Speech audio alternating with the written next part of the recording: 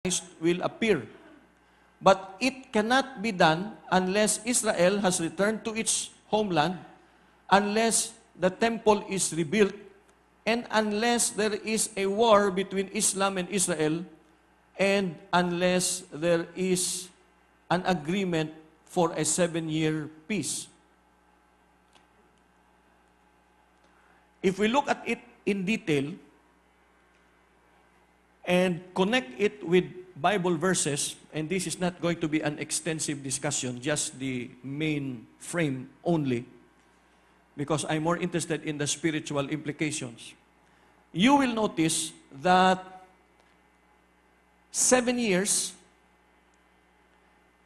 is divided by the Bible into first and second part, 3.5 years, and 3.5 years. 3.5 years is 1,260 days by the Jewish calendar of 360 days. So we need to know what the Bible is saying about the 1,260 days. Where is that to be found? Where is this other 1,260 days to be found? Because this is the decisive 7-year period where we will know that Jesus Christ is coming at our doorstep. So we need to look for the markers. Where do we find these 1,260 days? Revelations 11:3. I will give power to 2 of my witnesses, and they will prophesy 1,260 days, clothed in sackcloth. Remember also that we have a clue, based on the lecture of Brother Butch many weeks ago, about the woman of Revelations 12. She fled into the wilderness where she has a place prepared by God that they should feed her there 1,260 days. This is the sign of the Virgo. Remember, I will not explain that anymore. And when she appears, there is only 1,260 days left. Revelations 13:5. And he was given a mouth, speaking great things and blasphemies, the beast, and he was given authority to continue for 42 months. What is 1,260 days? What is 42 months? That is 3.5 years. So when is it going to start? When is it going to start? Okay. Before the last Shmita can start, these are the requirements. First, Israel must have been regathered. This is the requirement of Daniel 9:26, Deuteronomy 28:64, because the Lord has promised that when the people are scattered from one end of the earth to another, there will also be a day of gathering when they will come back to their own home place. That is already fulfilled. That is already fulfilled. The Jews have come back to the homeland. In 1948, a state of Israel has already been declared. Requisite number 2. As soon as they come back to the homeland, there must be a temple rebuilt. There must be a temple rebuilt. And right now, as we are talking, 2014, they really are insisting that the temple be rebuilt.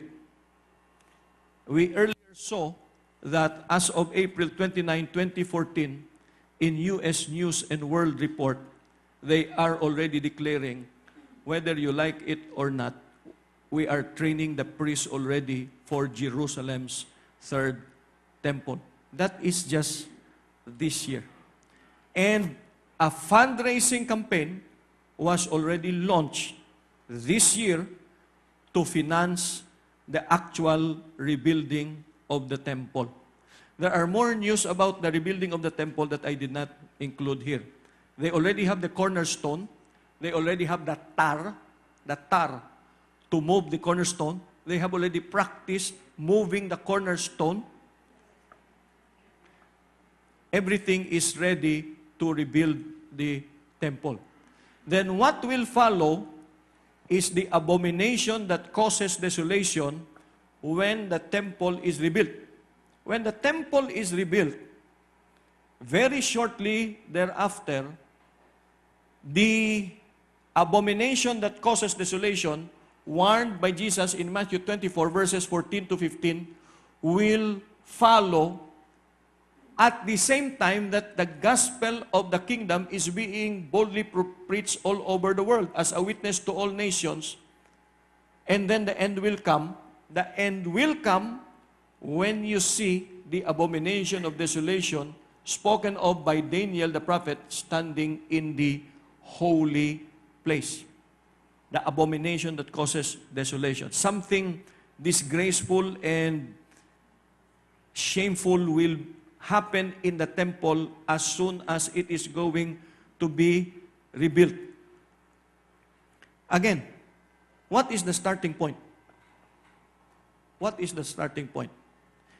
Others say that Daniel gives us a clue. Daniel 9:27, which says, "He shall confirm a covenant with many for 1 week." So, some Bible scholars are waiting if a treaty or an agreement will be hatched. That's why every night, even if I'm very sleepy, I would always watch the foreign news about this peace talk, and watching for any clue if there will be an agreement that will be signed, good for 7 years, that will allow the rebuilding of the temple.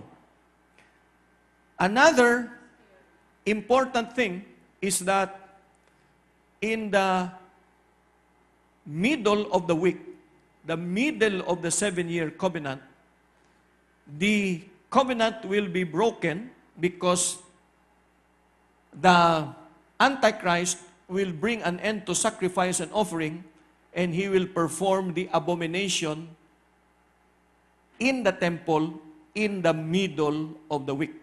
So that is in the middle of the week. Now, how about the rapture? How about the rapture?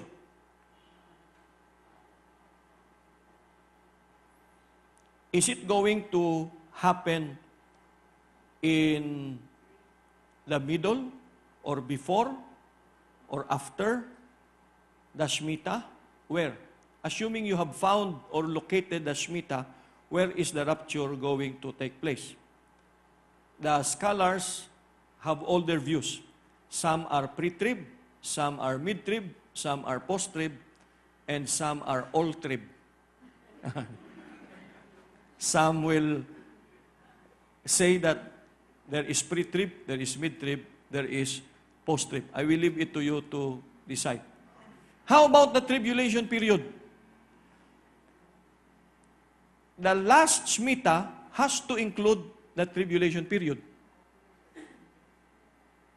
Because the tribulation period will last 7 years. And if you say, this is the last Shmita, then you better be prepared that in that Shmita is the 7-year tribulation period, the first half of which is that tribulation period, and the second half of which is the great tribulation period. Otherwise, where will you put that? Because that lasts for 7 years. If you will not put it in the Shmita, the last Shmita, everything in the Bible happens in terms of Shmita. Remember, creation started on the 7th day. It will end with a new creation also on a 7th. 7th trumpet, 7th. You just watch out for it. I will give that to Brother Butch to elaborate. He is better in explaining the math. But assuming you have a theory, oh, the Shmita must be within this time frame, then you better be prepared that in your Shmita time frame, you put there the tribulation period and the great tribulation period. And if your theory of rapture is pre-trib, then you better be prepared earlier. If your theory is mid-trib, then you prepare a little later. And if your theory is post-trib, then you really have to prepare for the long haul. Now, what is the point here I am about to end? Remember, we are looking for the last Shmita, 7 years of Daniel's prophecy. Now, please do not say whether this is it or not. I just want you to think about it. Whether we like it or not, by the Jewish calendar, this is a Shmita year. 2014 to 2015, 2020 to 21 is a Shmita year.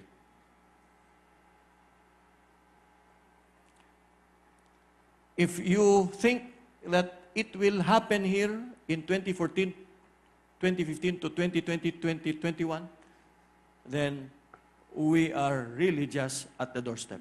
If you don't believe that it will happen here, then you start with 2021 to 2027, 2028.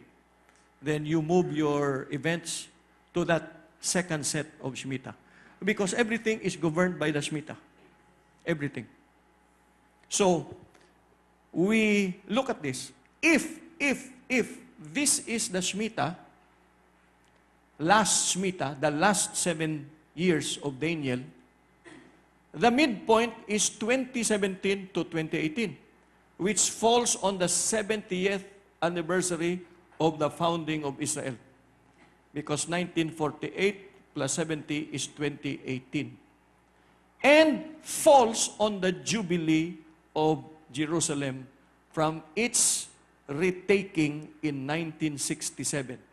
Plus 50 is 2017.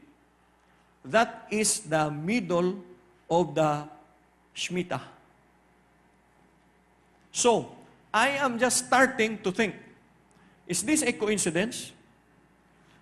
If this is not the last Shmita, and the last Shmita would be 2020, 2021 to 2027, 2028,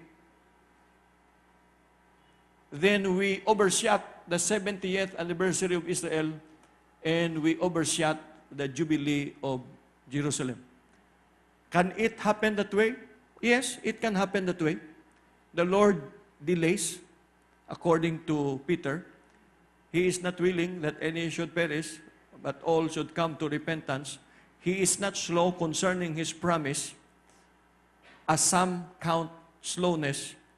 But I am just beginning to wonder, might this be the last Shmita that will explain where is the last 7 years of Daniel's 490 years? Okay, some of you do not like it. Hala, it's very near. What shall I do with my life?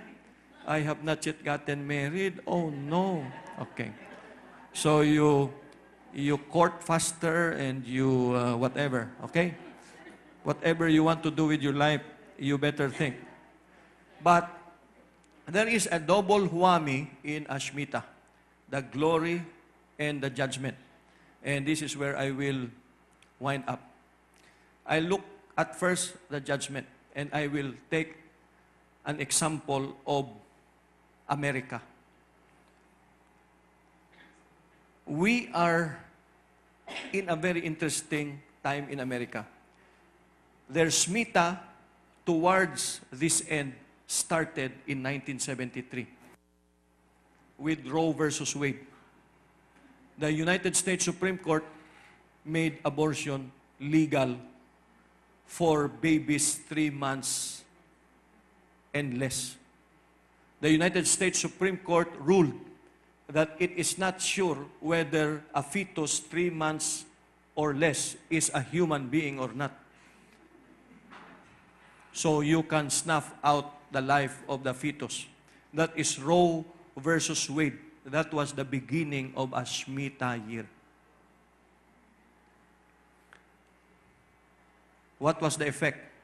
Unabated abortions followed, now at 55 million plus. And America suffered its first military defeat in Vietnam in the hands of a third world army. America followed with banning prayer in public schools, banning 10 Commandments, banning the teaching of creation, removing traces of Christian influences in its history book, recognizing same-sex marriage, etc., etc., etc. 1973 plus 7 is 1980. Plus 7 is 1987. Plus 7, 1994. Plus 7, 2001. This is 9/11. This is not 2011. This should be September 2001.